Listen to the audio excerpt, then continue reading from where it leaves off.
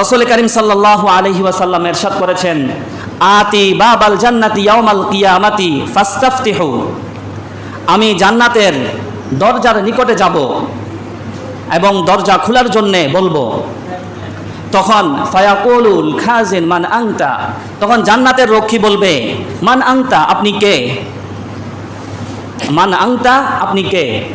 তখন রসুল বলছেন ফাআকুলু মুহাম্মদ, আমি বলবো আমি মুহাম্মদুর রাসূলুল্লাহ সাল্লাল্লাহু আলাইহি ওয়াসাল্লাম। এরপর জান্নাতের রক্ষী বলবে, বিকা উমিরতু লা আফতাহু লি আহাদিন ক্বাবলাকা, আমাকে আদেশ করা হয়েছে আমি যেন আপনার পূর্বে কারো জন্য জান্নাতের দরজা না খুলি।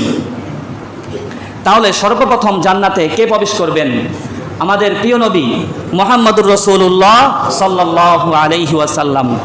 দেখুন আমাদের নবীর মর্যাদা কেমন, কি অসাধারণ মর্যাদা। সকল নবীদের থেকে সর্বপ্রথম আমাদের নবী প্রবেশ করবেন জান্নাতে এবং আমাদের জন্যে নবীজি সুপারিশ করবেন। সম্মানিত মুসল্লিয়ানি কেরাম, জান্নাতে সর্বপ্রথম নবীজি সাল্লাল্লাহু আলাইহি ওয়াসাল্লাম প্রবেশ করবেন। জান্নাতের দরজা মোট ৮টি রয়েছে। জান্নাতের দরজা মোট কয়টি? ৮টি। প্রথম দরজার নাম হলো বাবুস সালাহ। এই দরজা দিয়ে যারা নামাজ পড়েছে নিষ্ঠার সাথে, আল্লাহর জন্য ইখলাসের সাথে নামাজ আদায় করেছিল, তারা প্রবেশ করবে। দ্বিতীয় দরজার নাম হলো বাবুল জিহাদ। যারা আল্লাহর দিনকে আল্লাহর জমিনে কায়েম করার জন্য জিহাদ করে নিজের জীবন দিয়েছে, সেই মুজাহিদদের জন্য এই দরজা, তারা এই দরজা দিয়ে প্রবেশ করবে। তৃতীয় দরজার নাম হলো বাবুর রাইয়ান। যারা আল্লাহর ফরজ বিধান রোজা রেখেছিল, তারা এই দরজা দিয়ে প্রবেশ করবে। চতুর্থ দরজার নাম হলো বাবুস সাদাকাহ। যারা আল্লাহর রাস্তায় নিজের জীবিকা, নিজের উপার্জন থেকে আল্লাহর রাস্তায় তারা যারা দিয়েছিল, তারা এই বাবুস সাদকা, এই দরজা দিয়ে প্রবেশ করবে। পঞ্চম নাম্বার দরজা হলো বাবুল আইমান। এই দরজা দিয়ে তারাই প্রবেশ করবে যারা বিগয়রে হিসাব, বিনা হিসাবে, কোনো হিসাব নিকাশ ছাড়া জান্নাতে প্রবেশ করবে। তারা এই দরজা দিয়ে বাবুল আইমান দিয়ে প্রবেশ করবে। ষষ্ঠ নাম্বার দরজা হলো বাবুল কাযিমিন আল গাইজ। যারা দুনিয়াতে মানুষদেরকে ক্ষমা করে দিত, নিজের রাগকে, কঠিন রাগকে কন্ট্রোল করত, নিয়ন্ত্রণে রাখত, তারা এই দরজা দিয়ে প্রবেশ করবে। বাবুল কাযিমিন আল গাইজ। দেখেন রাগ নিয়ন্ত্রণের, ক্ষমা করে দেওয়ার কত মর্যাদা। তারা প্রবেশ করার জন্যে আলাদা একটা দরজা রাখা হয়েছে। সপ্তম নাম্বার দরজার নাম হলো বাবুত তাওবা।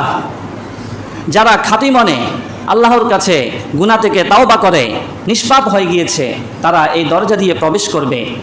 অষ্টম নাম্বার দরজার নাম হলো বাবু যিকরি ওয়াল হজ। যারা দুনিয়াতে আল্লাহ তাআলাকে বেশি বেশি স্মরণ করত এবং হজ পালন করেছে, তারা এই দরজা দিয়ে প্রবেশ করবে। তাহলে জান্নাতের দরজা মোট কয়টি?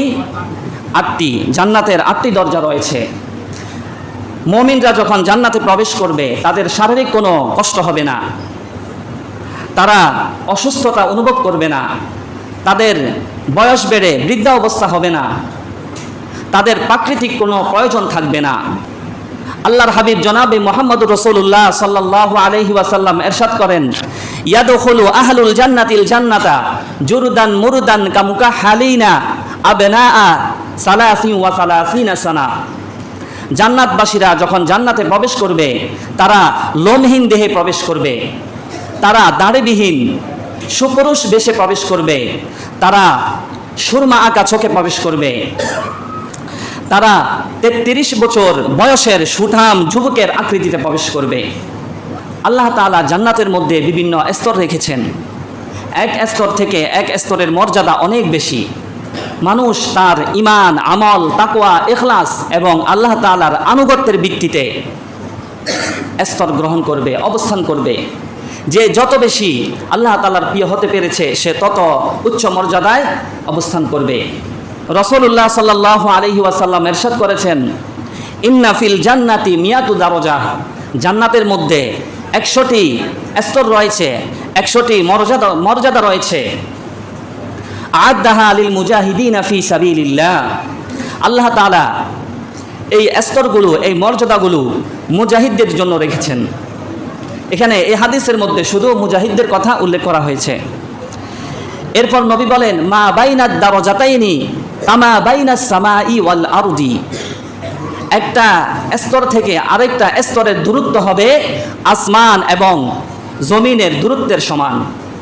একটা থেকে একটার মর্যাদা এত বেশি হবে।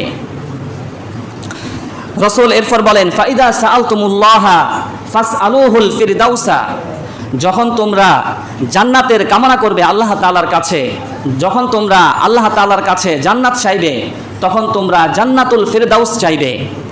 কারণ জান্নাতুল ফিরদাউস হলো আওসাতুল জান্নাতি আলাল জান্নাহ, সবচেয়ে মর্যাদাবান, সবচেয়ে মর্যাদার জান্নাত হলো, বেশি মর্যাদার জান্নাত হলো জান্নাতুল ফিরদাউস। এই জন্য নবীজি বলেছেন, তোমরা যখন জান্নাত আল্লাহ তাআলার কাছে চাইবে, তখন তোমরা জান্নাতুল ফিরদাউস চাইবে। সম্মানিত হাজিরিন, সাহাবাই কেরাম রাসূলুল্লাহ সাল্লাল্লাহু আলাইহি ওয়াসাল্লামকে জিজ্ঞেস করলেন, জান্নাতের প্রাসাদের নির্মাণ কেমন হবে, জান্নাতের প্রাসাদগুলোর নির্মাণ কেমন? তখন নবীজি সাল্লাল্লাহু আলাইহি ওয়াসাল্লাম উত্তরে দিয়েছেন, লাবিনাতুম মিন যাহাবিন ওয়া লাবিনাতুম মিন ফিদ্দা, জান্নাতের একটি ইট হবে স্বর্ণের, আরেকটি ইট হবে রূপার। ওয়া মিলাতুহাল মিসকুল আজফার, সিমেন্ট হবে সুবাসিত মিস্ক কস্তুরী। ওয়া হাসবা উহাল লুলু ওয়াল ইয়াকুত, এবং জান্নাতের প্রাসাদের বালু বা পাথর হবে মুক্তা এবং ইয়াকুত পাথর। ওয়াতুরবাতুহা জাফরান, এবং জান্নাতের মাটি হবে জাফরানের মাটি। সম্মানিত হাজরিন, আল্লাহ তাআলা মুমিনদের জন্য জান্নাতে 4 ধরনের নহর প্রবাহিত করে রেখেছেন। আল্লাহ রাব্বুল আলামিন সূরা মুহাম্মাদের মধ্যে ইরশাদ করেন, মাসালুল জান্নাতিল্লাতী উইদাল মুত্তাকুন, আল্লাহ তাআলা বলছেন, তাকওয়াবান মুত্তাকিদের জন্য যে জান্নাত তৈরি করা হয়েছে, সে জান্নাতের দৃষ্টান্ত হলো ফিহা আনহারুম মিম্মা ইন গায়রি আসিন, সে জান্নাতের মধ্যে পরিষ্কার স্বচ্ছ নির্মল পানির নদী প্রবাহিত রয়েছে, প্রবহমান রয়েছে। ফিহা আনহারুম মিন লাবানিন লাম ইয়াতাগায়্যার তা'মু, সে জান্নাতের মধ্যে দবদবে সাদা দুধের নহর রয়েছে, লাম ইয়াতাগায়্যার তা'মু, যে দুধের স্বাদ কখনো পরিবর্তন হবে না। ফিহা আনহারুম মিন খামরিল লাযাতিল লিশারিবিন, সে জান্নাতের মধ্যে পানীয় খমর মদের নহর রয়েছে, লাযাতিল লিশারিবিন, যা পানকারীদের জন্য অত্যন্ত সুস্বাদু হবে। ওয়ানহারুম মিন আসালিম মুসাফফা, 4 নম্বরের নহর রয়েছে মধুর, পরিশোধিত খাঁটি মধুর নহর রয়েছে জান্নাতের মধ্যে। সম্মানিত হাজিরিন, জান্নাতে মুমিনদের জন্য অনেক নিয়ামত থাকবে। মুমিনরা, জান্নাতবাসীরা যা ইচ্ছা করবে তা সেখানে তাদেরকে দেওয়া হবে, যে নিয়ামত কখনো শেষ হবে না। সর্বোপরি আল্লাহ তাআলা জান্নাতের নিয়ামত সম্পর্কে হাদিসে কুদসিতে ইরশাদ করেছেন, আ'দাততু লিইবাদিয়াস সালিহিন, আমি আমার নেক বান্দাদের জন্য জান্নাতের মধ্যে তৈরি করে রেখেছি এমন সকল নিয়ামত, এমন সব নিয়ামত, মা লা আইনুন রাআত, যে নিয়ামতগুলা কোনো চক্ষু কখনো দেখেনি, ওয়ালা উযুনুন সামিআত, এমন নিয়ামত রেখেছি যে নিয়ামতের কথা কখনো কোনো কান শুনেনি, ওয়ালা খতর আলা কলবি বাশার, নিয়ামতগুলা এমন যার কল্পনা কখনো কোনো মানুষের অন্তরে বেশি ওঠে না, মানুষ কল্পনাই করতে পারে না, এমন সকল নিয়ামত আল্লাহ তাআলা জান্নাতের মধ্যে জান্নাতবাসীদের জন্য রেখেছেন। সম্মানিত হাজিরিন, জান্নাতের মধ্যে সবচেয়ে বড় নিয়ামত হলো আল্লাহ তাআলার সাথে সাক্ষাৎ করা। এটি হলো সবচেয়ে বড় নিয়ামত, জান্নাতবাসীরা এই নিয়ামত প্রাপ্ত হবে। একজন কবি খুব সুন্দরভাবে বলেছেন, জান্নাত ও দোজখ সে ইয়া রবে কিয়া করো, জান্নাত ও দোজখ সে ইয়া রবে কিয়া করো, আরজু হাই মাই তুজে দেখা করো। জান্নাত এবং দোজখ দিয়ে আমি কি করব? আমার তো অন্তরের তামান্না, আমার তো অন্তরের আকাঙ্ক্ষা, আশা, আমি আপনার জিয়ারত করব, আপনার সাথে সাক্ষাৎ করব। সম্মানিত হাজিরিন, জান্নাতের এই নিয়ামত ভোগ করার জন্য আমাদেরকে জান্নাতে যাওয়ার কাজগুলো করতে হবে। যে কাজগুলো করলে আমরা আল্লাহ তাআলাকে খুশি করতে পারবো, সেই কাজগুলো করতে হবে। জাহান্নামে যাওয়ার কাজ থেকে বিরত থাকতে হবে। জাহান্নামীরা জাহান্নামে যাবে। এই জাহান্নামের মধ্যেও 7টি স্তর রয়েছে। 7 স্তরে 7 দরজা দিয়ে জাহান্নামীরা জাহান্নামে প্রবেশ করবে। আল্লাহ তাআলা পবিত্র কোরআনুল কারীমে ইরশাদ করেন, লাহা সাবআতু আবওয়াব লিকুল্লি বাবিম মিনহুম জুজউম মাকসুম। জাহান্নামের 7টি দরজা রয়েছে। এই প্রত্যেকটি দরজার জন্যে পৃথক পৃথক দল রয়েছে। 1 নম্বর দরজার নাম হলো জাহান্নাম। এই জাহান্নামে প্রবেশ করবে, এই জাহান্নামের দরজা দিয়ে প্রবেশ করবে যারা তাওবাহীন, তাওবা করা ছাড়া মৃত্যুবরণ করেছে, তারা এই জাহান্নাম নামক দরজা দিয়ে প্রবেশ করবে। দ্বিতীয় হলো লায। এই দরজা দিয়ে প্রবেশ করবে যারা সত্যকে প্রত্যাখ্যান করত, সত্যকে মানত না, কৃপণ এবং পথভ্রষ্ট খ্রিস্টানরা এই দরজা দিয়ে প্রবেশ করবে। 3 নম্বর দরজার নাম হলো হুতমা। এই দরজা দিয়ে প্রবেশ করবে যারা দুনিয়াতে মানুষের গীবত করত, মানুষের পিছনে নিন্দা করত, অহংকার করে চলতো, তারা এই দরজা দিয়ে প্রবেশ করবে। 4 নম্বর দরজার নাম হলো সাইর। এই সাইর নামক দরজা দিয়ে প্রবেশ করবে ইবলিস, শয়তান এবং জিন জাতি যারা অপরাধী। 5 নম্বর হলো সাকর। এই সাকর নামক দরজা দিয়ে প্রবেশ করবে যারা দুনিয়াতে নামাজ পড়তো না, বেনামাজি, কিয়ামত অস্বীকারী এবং অগ্নিপূজকরা। 6 নম্বর হলো জাহিম। এই জাহিম নামক দরজা দিয়ে প্রবেশ করবে যারা মুশরিক, যারা মূর্তি পূজা করে, তারা মাজুসি। 7 নম্বর দরজার নাম হলো আল হাওয়িয়া। এই হাওয়িয়া নামক দরজা দিয়ে প্রবেশ করবে যারা দুনিয়াতে মুনাফিকি করত, মুনাফিকরা এই দরজা দিয়ে প্রবেশ করবে এবং ফেরাউনের বংশধর, ফেরাউনের সম্প্রদায় এই দরজা দিয়ে প্রবেশ করবে এবং অবাধ্য কাফেররা এই দরজা দিয়ে প্রবেশ করবে। এটি হলো জাহান্নামের সর্বনিম্ন স্তর। এটা অত্যন্ত কঠিন একটি জায়গা, কঠিন শাস্তির জায়গা। সম্মানিত হাজিরিন, আমরা দুনিয়াতে যে আগুন ব্যবহার করি, এই আগুন হলো জাহান্নামের আগুনের 70 ভাগের 1 ভাগ। এই আগুনের উত্তাপ জাহান্নামের 69 ভাগ কম। দুনিয়াতে আমরা যে আগুন ব্যবহার করি, জাহান্নামের আগুন এই দুনিয়ার আগুন থেকেও 69 গুণ উত্তাপ বেশি হবে। অর্থাৎ 70 গুণ যদি আগুনের তাপ হয় তাহলে কী হবে, একজন জাহান্নামী সহ্য করবে। আমরা তো সাধারণ দুনিয়ার আগুনও সহ্য করতে পারি না। সম্মানিত হাজরিন, যারা জাহান্নামী হবে তাদের খাদ্য কি হবে? তাদের খাদ্য হবে তিতা এবং কাঁটাযুক্ত ফল, যাকে বলা হয় জাক্কুম। এই জাক্কুম ফল তাদেরকে খেতে দেওয়া হবে। তাদের পানীয় কি হবে? তারা যে পান করবে, তাদের পানীয়র জিনিস হবে অত্যন্ত ফুটন্ত পানি এবং রক্ত ও ফুজে মিশ্রিত গাসাক নামক পানীয় তাদেরকে পান করার জন্য দেওয়া হবে। সম্মানিত হাজিরিন, জাহান্নামে সর্বনিম্ন শাস্তি যে পাবে তাকে কি শাস্তি দেওয়া হবে? রাসূল করিম সাল্লাল্লাহু আলাইহি ওয়াসাল্লাম ইরশাদ করেছেন, তাকে শাস্তি দেওয়া হবে, তার পায়ের নিচে 2টি আগুনের আঙ্গারা রাখা হবে। এই আগুনের আঙ্গারার তাপে তার দেমাগ, তার মগজ উতরাতে থাকবে, ফুটতে থাকবে। তাহলে দেখুন জাহান্নামের আগুন কত ভয়াবহ, জাহান্নামের শাস্তি কত ভয়াবহ।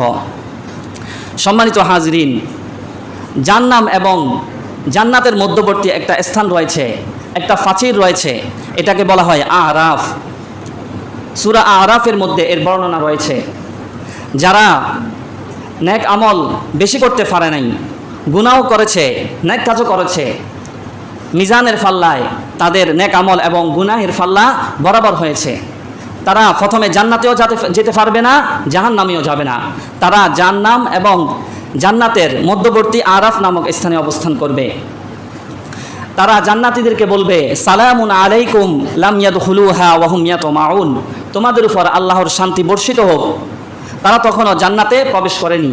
জান্নাতীদেরকে দেখে তারা এটা বলবে এবং জান্নাতে যাওয়ার তাদের মনের আশা থাকবে, আকাঙ্ক্ষা থাকবে তারা যেন জান্নাতে যায়।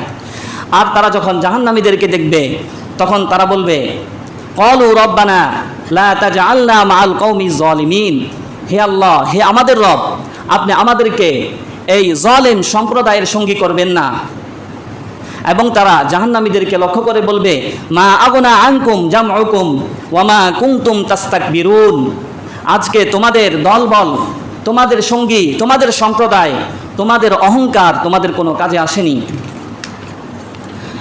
সম্মানিত হাজিরিন, যখন জান্নাতীরা জান্নাতে যাবে, জাহান্নামীরা জাহান্নামে যাবে, যখন তারা চূড়ান্ত ঠিকানায় স্থির হবে, তখনই আল্লাহ তাআলা জান্নাত এবং জাহান্নামের মধ্যখানে মৃত্যুকে একটা কালো সাদা ভেড়ারূপে নিয়ে আসবেন। তখন একজন ঘোষক ঘোষণা করবে, হে জান্নাতীরা, ইয়া আহলাল জান্নাহ। তখন জান্নাতীরা মাথা তুলবে এবং তাকাবে। তখন তাদেরকে জিজ্ঞাসা করা হবে, হাল তাআরিফুনা হাযা, তোমরা কি এই বস্তুটাকে চিনো? তখন জান্নাতীরা বলবে, নাম, এটা হলো মৃত্যু। এভাবে জাহান্নামীদেরকেও ডেকে বলা হবে, তারাও বলবে, হ্যাঁ আমরা এটাকে চিনি, এটা হলো মৃত্যু। তখন জান্নাত এবং জাহান্নামের মধ্যবর্তী স্থানে তারা যখন দেখছে, তাদেরকে তারা দেখা অবস্থায় এই মৃত্যুকে জবাই করা হবে, এই মৃত্যুরও মৃত্যু দেওয়া হবে। এরপরে বলা হবে, ইয়া আহলাল জান্নাহ খুলুদুন ফালা মাউতা, হে জান্নাতবাসীরা তোমরা জান্নাতে থাকো, তোমাদের আর কোনো মৃত্যু হবে না। আর জাহান্নামীদেরকেও বলা হবে, ইয়া আহলান নার খুলুদুন ফালা মাউতা, তোমরা জাহান্নামে চিরস্থায়ী থাকো, তোমাদের আর কোনো মৃত্যু হবে না।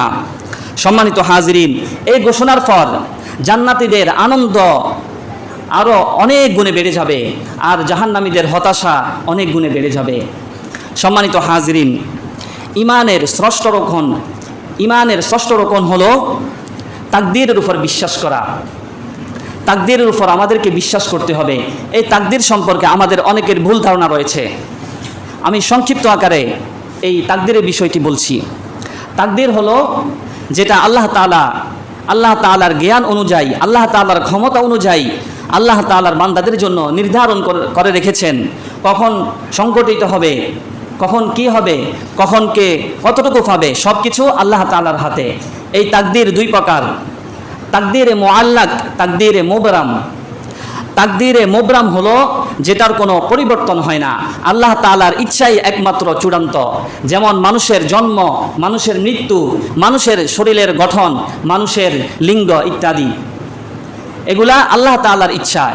এগুলার মধ্যে বান্দার কোনো হাত নেই, বান্দার কোনো চেষ্টা নাই, প্রচেষ্টা নাই, চেষ্টা করলেও পরিবর্তন হবে না। আর আরেক প্রকার হলো তাকদীরে মুআল্লাক, যেটি ঝুলন্ত। এই তাকদীর মানুষের চেষ্টায়, মানুষের কর্মের মাধ্যমে, মানুষের দোয়ার মাধ্যমে পরিবর্তন হয়। যেমন মানুষ অসুস্থ হলে ডাক্তারের কাছে যায়, ওষুধ সেবন করে, আবার আল্লাহ তাআলার কাছেও দোয়া করে, আল্লাহ আপনি আমার অসুস্থতা দূর করে দেন, আমাকে সুস্থতা দান করুন। তাহলে এটার মধ্যে আল্লাহ তাআলার ইচ্ছাও রয়েছে, বান্দার চেষ্টাও রয়েছে। তাহলে তাকদীর হলো কয় প্রকার? দুই প্রকার, তাকদীরে মুবরাম, তাকদীরে মুআল্লাক। তাকদীরে মুবরাম যেটা পরিবর্তন হয় না, আর তাকদীরে মুআল্লাক হলো যেটা পরিবর্তন হয়, মানুষের চেষ্টায়, মানুষের দোয়ায় পরিবর্তন হয়। এটাতে আল্লাহ তাআলার ইচ্ছাও রয়েছে, মানুষের চেষ্টাও রয়েছে। এই জন্যে অনেকে মনে করে আল্লাহর ইচ্ছা, আল্লাহর উপর ছেড়ে দিলাম, যা হয় হবে। আসলে বিষয়টা এমন নয়, আমাদেরকে চেষ্টা করতে হবে। এই জন্যে আল্লাহ তাআলা সূরা রদের মধ্যে ইরশাদ করেছেন, ইন্নাল্লাহা লা ইউগাইয়িরু মা বিকওমিন হাত্তা ইউগাইয়িরু মা বিআনফুসিহিম, নিশ্চয় আল্লাহ তাআলা কোনো সম্প্রদায়কে পরিবর্তন করেন না যতক্ষণ না তারা নিজেদেরকে পরিবর্তন করার চেষ্টা করে। আল্লাহ তাআলা আরো বলেন, ওয়া আল্লাইসা লিল ইনসানি ইল্লা মা সাআ, মানুষ যেটা পাওয়ার জন্য চেষ্টা করে, মানুষ তাই পায় যার জন্য, যেটা পাওয়ার জন্য মানুষ চেষ্টা করে। আল্লাহ তাআলার ঘোষণা, ওয়া আল্লাইসা লিল ইনসানি ইল্লা মা সাআ। এই আয়াতগুলা থেকে বোঝা যায় মানুষ চেষ্টার মাধ্যমে নিজের ভাগ্য পরিবর্তন করতে পারে, যে ভাগ্য তাকদীরে মুআল্লাক, ঝুলন্ত। এই জন্যে মানুষদেরকে চেষ্টা করতে হবে, আমাদেরকে চেষ্টা করতে হবে। হালাল রিজিক উপার্জনের জন্য আমরা চেষ্টা করব, হারাম থেকে বেঁচে থাকব। তাহলে আমরা এই পর্যন্ত ইমানের 6টি রক্ষণ বিস্তারিত আলোচনা করেছি। সম্মানিত হাজিরিন, আমরা আল্লাহ তাআলার কাছে দোয়া করব, আল্লাহ তাআলা যেন আমাদেরকে খাঁটি ঈমান দান করেন, আমাদেরকে ঈমানের শক্তিতে, কর্মের শক্তিতে, দেহের শক্তিতে, জ্ঞানের শক্তিতে শক্তিশালী করে। আল্লাহ তাআলা যেন আমাদেরকে তিনার শক্তিশালী মুমিন হওয়ার তৌফিক দান করেন।